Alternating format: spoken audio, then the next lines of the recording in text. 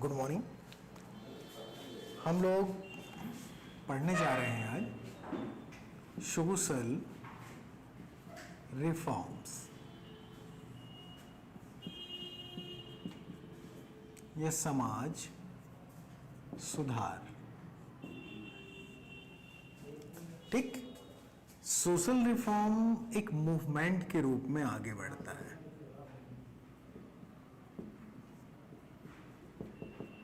ये आंदोलन के रूप में आगे बढ़ता है। इस सोशल रिफॉर्म को पूरी तरीके से आप देखिए, हम कहते हैं सोशल रिलीजियस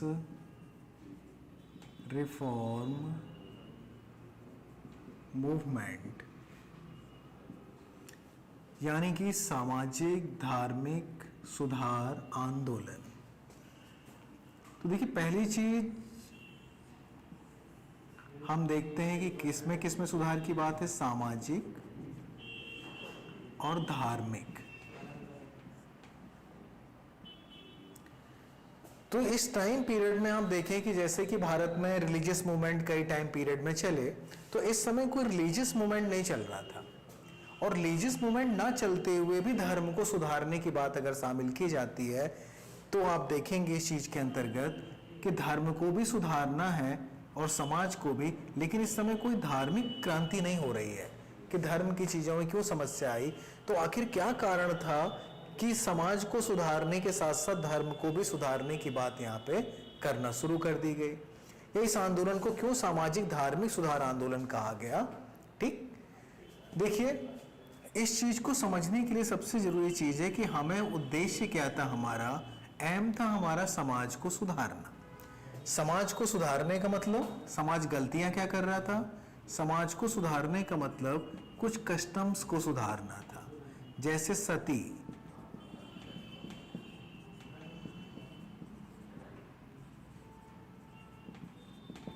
अनटचबिलिटी यानी छुआछूत,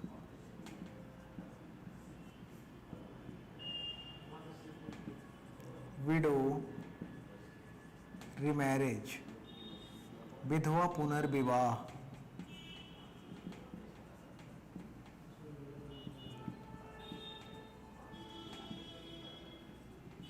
ठीक, इन्फेंट्रीसाइड या शिशु हत्या, स्लेव सिस्टम, दास प्रथा। ठीक, तो समाज में हमारे ढेर सारी बुराइयां थी इन मुद्दों को लेकर के, और इन्हीं चीजों को सुधारने के लिए एक आंदोलन चलाया गया जिसे हम किसके नाम से जानते हैं, सोशल रिलीजियस रिफॉर्म मूवमेंट के नाम से जानते हैं। तो आखिर इस व्यवस्था को सुधारने के लिए धर्म को क्यों सुधारने की बात आई, इस चीज को अच्छे तरीके से आप समझ लेंगे। देखिए, भारत में धर्म का मतलब हुआ करता था वे ऑफ लाइफ, यानी कि जीवन पद्धति।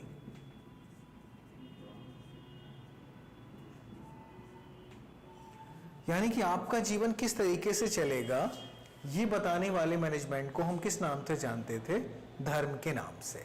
यानी कि धर्म का मतलब हमारे लिए केवल गॉड या ईश्वर नहीं है। ठीक, धर्म का मतलब था जीवन पद्धति या जीने के तरीके को। क्योंकि आप देखिए, हमारे यहाँ पे दया, मानवता, इनको भी धर्म माना गया। तो आप देखिए कि ना तो दया नाम का कोई देवता है, ना ह्यूमैनिटी नाम का कोई देवता है। तो हमारे यहाँ वे ऑफ लाइफ है जीवन पद्धति, और जीवन पद्धति का मतलब जीवन को जीने के लिए कुछ रूल्स रेगुलेशंस बनाए गए, और वही रूल्स किस में कन्वर्ट हैं, उन्हीं को हम कहते हैं कस्टम्स के नाम से जानते हैं। ठीक है, जो परंपराएं हैं उन्हीं को हमने जीवन पद्धति के रूप में अपना लिया।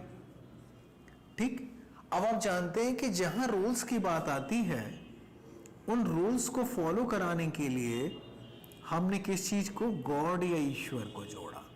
यानी उन रूल्स को हमने किसी न किसी ईश्वर के साथ जोड़ा कि ईश्वर कहते हैं कि ऐसा करना चाहिए, और अगर आप नहीं करते हैं तो ईश्वर इसके ये परिणाम आपको, या ये पनिशमेंट आपको देने का काम करेगा। क्योंकि रूल्स रेगुलेशंस बिना डर के काम नहीं करते।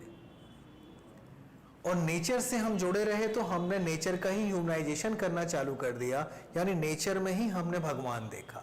जिन चीज़ों से हमको लाभ मिला, जिन चीज़ों से हम डरे, उनमें हमने ईश्वर के रूप को देखना चालू कर दिया और हमने उन्हीं नेचर से ईश्वरीय शक्तियों को महसूस करना शुरू किया। तो हम देखते हैं कि अब जब हमने उन्हें ईश्वर को स्थापित कर दिया तो वो ईश्वर के अंदर हमने प्रकृति की शक्तियों को जोड़ा। अब आप सोचिए कि उन प्रकृति की शक्तियाँ पॉजिटिव और निगेटिव दोनों थी। जैसे पानी बरसने से खेती होती थी तो बहुत पानी बरसने से फ्लड या बाढ़ आ जाती थी। तो धर्म से सब परिचित थे और ईश्वर के कामों से सब परिचित थे। तो उनको ये दिखाया गया कि जो काम है आपके, अगर उनको आप प्रॉपर तरीके से नहीं करते हैं तो ईश्वर क्या करेगा, इस काम के लिए पनिशमेंट देगा, या ये काम आपका बिगाड़ देगा, या इस काम से आपको हटा देगा। तो धर्म के सपोर्ट किसको मिला? धर्म का सपोर्ट कस्टम्स को मिला।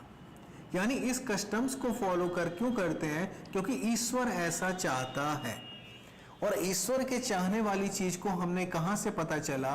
उनको पता चला हमें हमारी बुक्स के द्वारा, जिनमें आप देखते हैं रामायण, महाभारत, पुराण और सबसे ऊपर वेद। तो आप देख रहे हैं कि वेद, रामायण, महाभारत, पुराण, इनके द्वारा हमने उन कस्टम्स को सपोर्ट किया कि ये कस्टम समाज में चलने चाहिए और इन कस्टम्स को देखने वाले ये गॉड या ईश्वर है। समय के साथ जब नए रिचुअल्स समाज सोसाइटी में जोड़े गए तो उन नए रिचुअल्स को भी इन किताबों में अमेंडमेंट करके जोड़ते हुए चले गए। जैसे एग्जाम्पल के लिए कि आप सोचिए महाभारत जब बनी तो महाभारत पहले 8000 श्लोकों में थी और जय संहिता के नाम से जानी गई। इसके बाद आप देखते हैं कि 24,000 श्लोक हो गए, ठीक, और अंत में इसमें 1,00,000 श्लोक हो गए गुप्त काल में। एक ही कहानी समय के साथ बड़ी होती चली गई। एक ही कहानी आप सोचिए, जब जिस समय महाभारत हुई, जब 8000 श्लोकों में लिख दी गई तो फिर उसमें 24,000 कहां से ऐड कर दिए गए या 1,00,000 कहां से आ गए? तो समय के साथ जो कस्टम्स परिवर्तित होते रहे या नए कस्टम्स जनरेट हुए, उनको भी इन्हीं किताबों में जगह दी, क्योंकि ये सोशल गॉड की कही हुई बातें कहाँ लिखी थी? इन किताबों में लिखी थी। यानी इन कस्टम्स को गॉड के सपोर्ट के द्वारा हमारे पास तक पहुंचाया गया और समय के साथ ये परंपराएं ऐड कर दी गई, क्योंकि जिस समय ईश्वर के कॉन्सेप्ट को वैदिक पीरियड में जनरेट किया गया तब ये कोई कस्टम्स नहीं थे। तब मेल फीमेल इक्वालिटी थी, महिलाओं के पास भी पुरुषों जैसे अधिकार थे। कहीं से भी सोसाइटी में ऐसा नहीं था कि महिलाओं को सेकेंडरी रखा गया हो। इक्वालिटी बेस्ड सोसाइटी थी क्योंकि जीवन ट्राइबल था।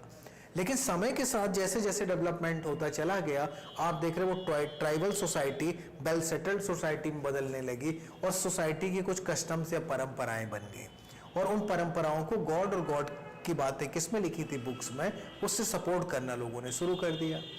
तो अब क्या था कि जब 19वीं सेंचुरी में ये रिफॉर्म मूवमेंट शुरू किया गया तो समाज सुधारक के जो सोशल रिफॉर्मर्स थे वो अच्छी तरीके से जानते थे कि इन परंपराओं को समर्थन कौन दे रहा है? ये किताबें दे रही हैं। और इतने दिनों तक लोगों के दिमाग में ये चीजें ऐसी बैठ चुकी हैं सॉरी, कि अगर वो इनसे हटने की बात कहेंगे तो वो इन चीजों को नहीं मानेंगे। यानी आप कहें कि आप डायरेक्टली कि ऐसा मत करिए तो वो नहीं मानेंगे, क्योंकि उनको पता है ये किताब कहती है कि ऐसा करना है। तो जब आप इसी किताब से एग्जाम्पल दे देंगे कि इसमें ऐसा नहीं लिखा हुआ है तो वो क्या करेंगे? तो वो उन चीजों को मान लेंगे। इसीलिए इस किताब में धर्म के उस पक्ष को सामने रखा गया जो रिजिड नहीं था, जैसे कि वेद। वेदों के समय आप देखिए कि सोसाइटी में कोई रिजिडिटी नहीं थी और इक्वालिटी बेस्ड सोसाइटी थी और वेद सोसाइटी में मान्य थे। तो बात दिखाई गई कि उनके लिए जो समाज के इन कस्टम्स हैं, इनको भी कहां से? धर्म के उस शुद्ध रूप को लाने का प्रयास किया गया जिस समय धर्म में ये कस्टम शामिल नहीं थे। तो इसीलिए उन्होंने उन पुरानी किताबों का सहारा लिया और दिखाया कि ये चीजें ऐसी नहीं थी। उन्होंने उपनिषद की बात की, यानी वेद से सुधार की बात करी, उपनिषद की बात की उन्होंने, और जहाँ पे ये परंपराएं नहीं थी, और उन्होंने इसी धार्मिक किताब के द्वारा यानी धर्म के उस रूप को दिखाया जो सबसे प्राइमरी स्टेज में था। तो धर्म के उस सुधरे हुए रूप को दिखाया जो इन परंपराओं को सपोर्ट नहीं कर रहा था, और इसलिए आंदोलन को क्या कहना पड़ा? Social religious reform movement. ठीक, तो इस तरीके से ये सामाजिक धार्मिक सुधार आंदोलन यहां से शुरू हुआ। अब हम देखेंगे पहले इसके नेचर और फिर इसके कारणों की बारे में। देखिए, सबसे पहली चीज इसके हम बात करते हैं कि आखिर ये नेचर या इसकी प्रकृति कैसी थी इस आंदोलन की। ये जो सोशल रिफॉर्म मूवमेंट है, इस आंदोलन की अगर हम नेचर की बात करें तो पहली चीज ये कैसा आंदोलन है, ये रिफॉर्म मूवमेंट था। यानी कि एक सुधारवादी आंदोलन था। रिफॉर्म मूवमेंट क्यों कहा गया? क्योंकि हमारे यहाँ के सोशल रिफॉर्मर्स ने, मान लीजिए ये भारतीय धर्म है, ये इंडियन कस्टम है, ये तो उन्होंने हमारे धर्म में ये नहीं कहा कि हमें इस धर्म को छोड़ना है। उन्होंने कहा कि जितनी चीजें यहाँ पे खराब मिल रही हैं सोसाइटी में, हम कस्टम्स के उस खराब वाले भाग को हटा देंगे और जो ये बचा हुआ अच्छा भाग है इसे अपना लेंगे। दूसरी तरफ किसी बाहरी कस्टम्स में कोई अच्छी चीज है तो हम उसे अपनी सोसाइटी में जोड़ लेंगे, लेकिन हम अपनी सोसाइटी को छोड़ करके दूसरे की सोसाइटी से जुड़ जाएंगे, ऐसा नहीं कहा गया। यानी कि उन्होंने सुधारने की बात की, छोड़ने की बात नहीं की। उन्होंने कहा कि जो बुरा है वो छोड़ा जाएगा, यानी उन्होंने कहा कि विवेक का प्रयोग करिए। यानी इस आंदोलन के अंतर्गत उन्होंने कहा कि आप अपने अंदर किस चीज को एक साइंटिफिक अप्रोच डेवलप करिए और जो सही गलत लगे उसके अकॉर्डिंग चीजों को अपनाइए और मानिए। ठीक, तो उन्होंने बात किसकी करना चालू की? रिफॉर्म्स की बात करना चालू की कि आप इस आंदोलन को सुधारवादी आंदोलन के रूप में, तो पहली चीज सुधारवादी आंदोलन था। दूसरा हम देखते हैं कि ह्यूमैनिटी बेस्ड मूवमेंट, यानी ये आंदोलन मानवतावादी है। मानवतावादी क्यों? क्योंकि ये ह्यूमन लाइफ को बेटर बनाने का काम कर रहा। हर रिफॉर्मर ने मानव का जीवन कितना बढ़िया बनाया जा सके उसके लिए बात करना चालू की, और इसलिए इस आंदोलन को क्या कहा जाता है कि मानवतावादी या ह्यूमैनिटी बेस्ड मूवमेंट था। ठीक, तीसरी चीज अगर हम इस आंदोलन को देखें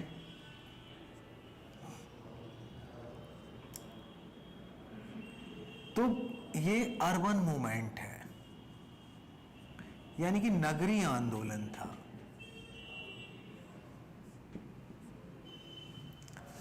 नगरीय आंदोलन इसलिए कहा माना गया क्योंकि उस टाइम पीरियड में आप गांव में उम्मीदें नहीं कर सकते थे कि लोग, अशिक्षित लोग इतनी जल्दी समझ जाते। जैसे आप किसी नई परंपरा या विचार को एक पढ़े लिखे लोगों के समाज में रख सकते हैं और वो आपकी बात को सुनने के लिए तैयार भी हो जाएंगे, लेकिन अगर आप किसी रिजिड समाज में या एक ऐसी सोसाइटी में जहां लोग पढ़े लिखे नहीं हैं, आप अपनी नई बातों को वहां पे नहीं रख पाएंगे। क्या पता वो उसके आपके खिलाफ हो जाएं, एग्रेसिव हो जाएं। तो समाज आप देखिए कि गांव की तुलना में जो अर्बन सोसाइटी होती है वो थोड़ी सी ब्रॉड माइंडेड होती है, क्योंकि अलग अलग परंपराओं के लोग उस जगह रह रहे होते हैं। तो आपको पता है कि इसके अलावा ये भी सच हो सकता है, लेकिन गांव के में अंदर रहने वाले लोग एक ही कस्टम्स को सदियों से फॉलो करते आते हैं, इसलिए वहां पे नई चीज की जगह बनना कठिन काम होता है। मोबिलिटी बिल्कुल नहीं होती है। शहरों में, आज दिल्ली में आप रह रहे हैं, कोई कहीं बाहर से लौटा, कोई कहीं से आया, तो शहर का जो माहौल है वो आपको ब्रॉड माइंडेड बनाता जाता है कि जो आप जानते हैं केवल वही सच नहीं होता। ये चीजें भी सोसाइटी के अंदर होती हैं और कई आपको अच्छी भी लगने लगेंगी साथ रहते रहते। तो इसीलिए धीरे धीरे तो ये जो बातें की गई, धर्म के जिस नए स्वरूप को दिखाने की बात की गई, या जब कहा गया कि सती प्रथा गलत है, तो गांव का व्यक्ति नहीं मानता, लेकिन शहर के अंतर्गत जब उन्होंने ये बात उठाई तो लोगों को बात लॉजिकल लगी कि किसी भी महिला को जला के मार देना ये धर्म नहीं कहता, और वेदों में तो इसके बारे में कहीं लिखा ही नहीं है। ये तो गुप्त पीरियड की है।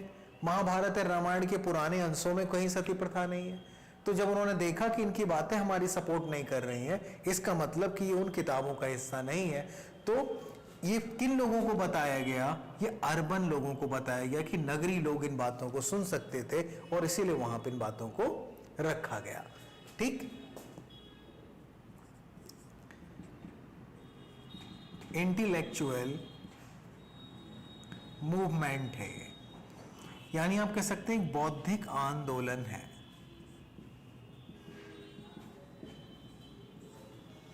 क्यों? क्योंकि ये बातें वेद, उपनिषद, इन सब की बातें एक पढ़ा लिखा वर्ग समझ सकता था और इसलिए इस आंदोलन को क्या कहा जाता है, एक इंटेलेक्चुअल मूवमेंट, बौद्धिक आंदोलन था ये, क्योंकि समाज का बुद्धिजीवी वर्ग या पढ़ा लिखा वर्ग ही इन चीज़ों को समझ पाया और 1% सोसाइटी पे प्रभाव डाल पाया। तो इस तरीके से हम देख रहे हैं कि ये क्या है, आपका एक इंटेलेक्चुअल मूवमेंट है या बौद्धिक आंदोलन है, इसके अंतर्गत जो चलाया गया। ठीक, तो ये तो इसकी बेसिक नेचर्स की बात थी जो यहाँ पे की गई। अब हम बात करते हैं कि इस आंदोलन के रीजंस क्या थे या कारण क्या थे। आखिर इतने दिनों से महिला को जलाते चले आ रहे थे और अचानक वो चीज उनको गलत क्यों लगने लगी, तो हम अब इनके कारणों को देखेंगे कि इनके कारण क्या क्या थे।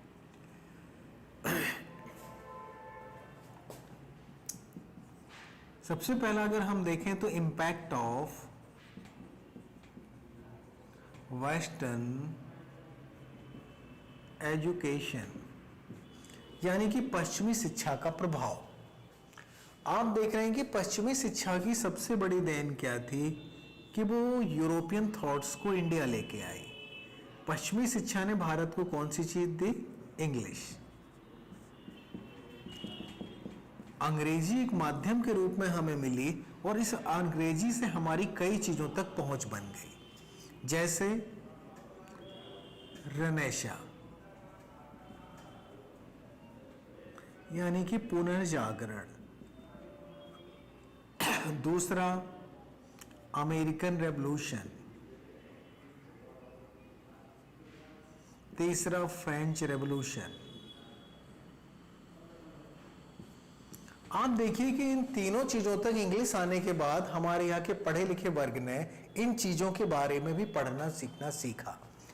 जब उसने पढ़ा कि रेनेसां के समय यूरोप का समाज भी ऐसा था और सुधारकों ने ऐसे ऐसे सुधार की बात करी, तो वही चीजें उनको प्रेरणा के रूप में मिली कि हमें भी तो ऐसे ही सुधारना है। दूसरी चीज अमेरिकन रेवोल्यूशन, उनको यहाँ से पता चला कि संगठित लोग उन्होंने मिल करके यहाँ पे किसकी बात की है, डेमोक्रेसी की बात की है। तो आप देखिए इस आंदोलन के अंदर वो लोकतंत्र की मांगों को भी शामिल करेंगे।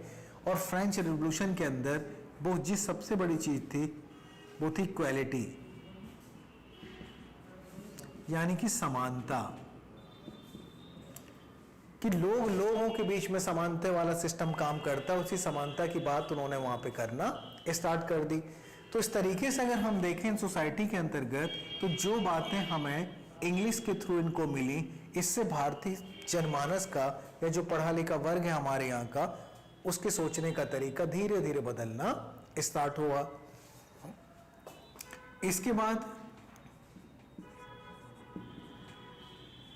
साइंस, इंग्लिश भारत में विज्ञान लेके आई और विज्ञान के पढ़ने से आप देखते हैं कि उन्होंने हर चीज को साइंटिफिक आधार पर जज करना शुरू कर दिया। और साइंस के आधार पे अपने कस्टम्स को जब हमने जज किया तो बहुत सारी चीजें हमें गलत समाज में दिखना स्टार्ट हो गई। और जो चीजें हमें सोसाइटी में गलत दिखना स्टार्ट हो गई, तो फिर उनको परिवर्तित करने के बारे में भी हमने सोचना शुरू कर दिया। और इस तरीके से हर कस्टम्स को हमने साइंस की कसौटी पे रखना शुरू कर दिया। यद्यपि कुछ लोगों ने केवल पुरानी चीजों पे जोर दिया, वो इस आंदोलन की कमी थी, लेकिन साइंस पे जोर देने से आप देखिए कि वह अपने महिला और पुरुष के बीच में, मेल और फीमेल के बीच में साइंस के आधार पे देखिए तो ये समानता देने से कहीं से विज्ञान नहीं रोकता है।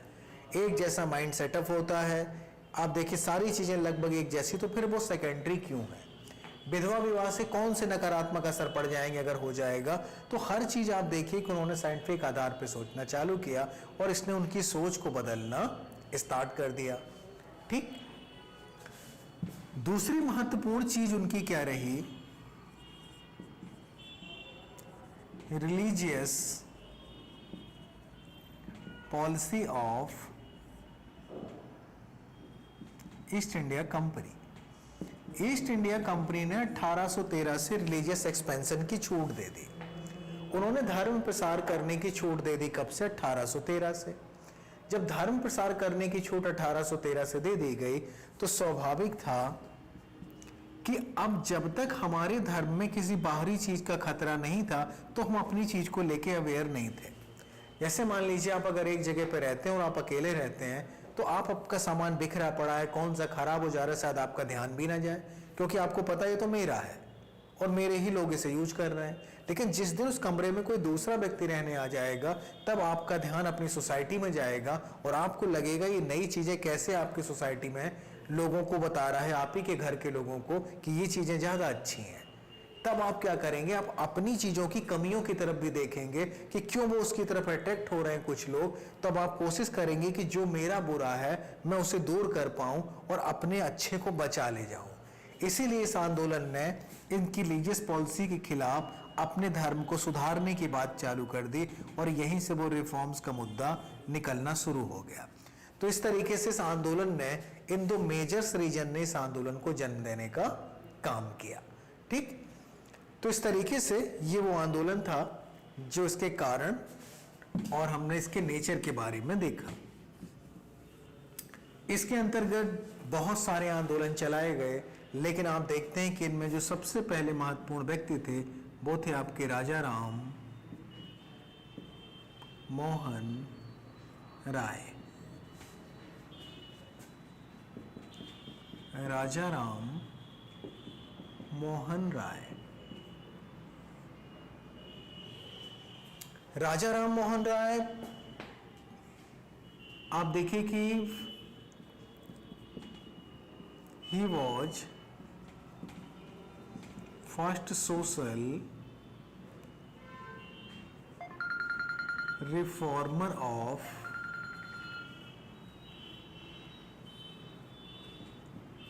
India.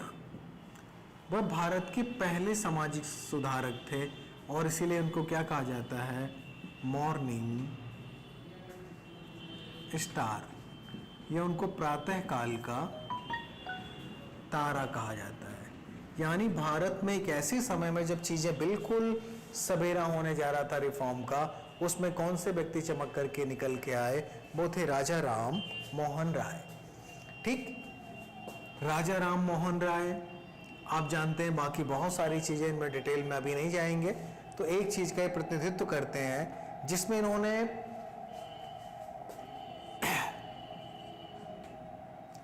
Western education and culture, इन्होंने पश्चिमी शिक्षा और संस्कृति को भी एक्सेप्ट किया। उन्होंने कहा कि जो चीजें अच्छी हैं उन चीजों को हमें पश्चिम से भी अपना लेना चाहिए।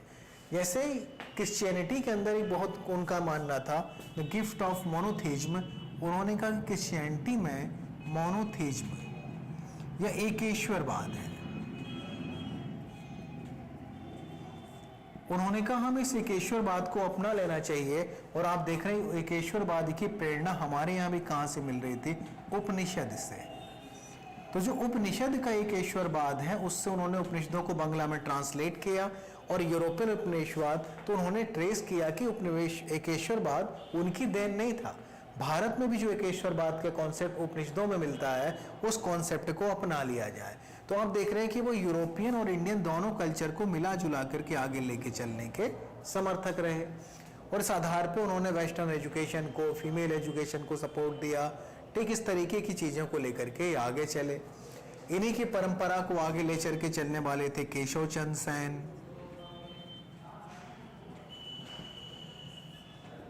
ठीक, तो इस तरीके से परंपराएं हमारी इन्हीं के बीच में आगे बढ़ना स्टार्ट होती हैं।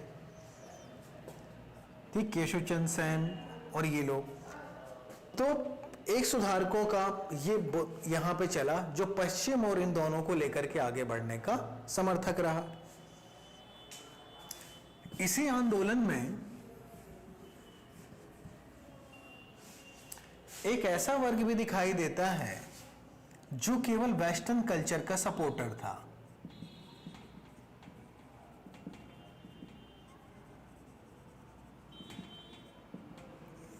जिनमें हम जानते हैं कौन, हेनरी बिबियन डेरोजियो।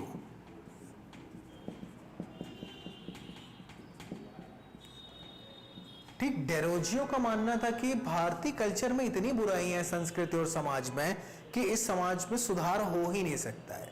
इसीलिए हमें इसे छोड़ देना चाहिए और हमें पूरी तरीके से अपनी सोसाइटी को वेस्टर्न सोसाइटी के रूप में कन्वर्ट कर देना चाहिए। इसीलिए ये क्या था, ये रेडिकल था, यानी ये अत्यधिक उग्र रिफॉर्म मूवमेंट था जो हम समाज सुधार आंदोलन में देखते हैं। लेकिन जब समय बैलेंस को स्वीकार नहीं कर रहा था तो रेडिकल को कैसे स्वीकार कर लेता, इसलिए डेरोजियो फ्लॉप हो गए। ठीक, तीसरी तरफ हम देखते हैं कि total based on Indian culture, पूरी तरीके से भारतीय संस्कृति पर ही आधारित, इनमें हम किसकी बात करते हैं, आर्य समाज की। दयानंद सरस्वती ने आर्य समाज के अंतर्गत उन्होंने हर चीज का आधार किसमें ढूंढा, वेद में ढूंढा। उन्होंने कहा कि वेद ही सब कुछ है और वेदों के अलावा कुछ नहीं है। तो इस तरीके से आप देख रहे हैं कि 3 तरीके के आंदोलन यहाँ पे चलाए गए और यही आंदोलन हमारे यहाँ पे आगे बढ़ते रहे। बाकी इन आंदोलनों को डिटेल से हम लोग एक एक आंदोलन को अगली क्लासेस में। Thank you.